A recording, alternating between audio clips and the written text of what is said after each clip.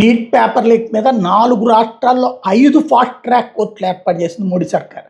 Bombay high court 2 బెంచుల్లో fast track court నడవబోతోంది.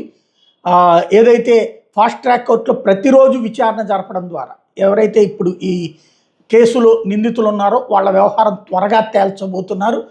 ఓవైపున ఉద్యమాలు జరుగుతున్నటువంటి సందర్భంలో వాళ్ళది రాజకీయమా ఏంటనేది వాళ్ళది రాజకీయమే కనబడుతుంది. ఎందుకంటే నిందితులందరినీ అరెస్ట్ చేశారు, జైల్లో కూడా పెట్టారు. కానీ ధర్మేంద్ర ప్రధాన్ రాజీనామా అన్నటువంటి ప్రధానమైనటువంటి అంశమే తెర మీదకి తీసుకొస్తున్నారు. మోడీ వాళ్ళ పొద్దునే చెప్పారు వాళ్ళ ఆకాంక్షలకు అనుగుణంగా ఉంటుంది అన్నటువంటిది. అది సీజేపీ ఆకాంక్షలు కాదు, ఎవరైతే నీట్ బాధితుల ఆవేదనని అర్థం చేసుకోగలమని చెప్పుకొచ్చారు.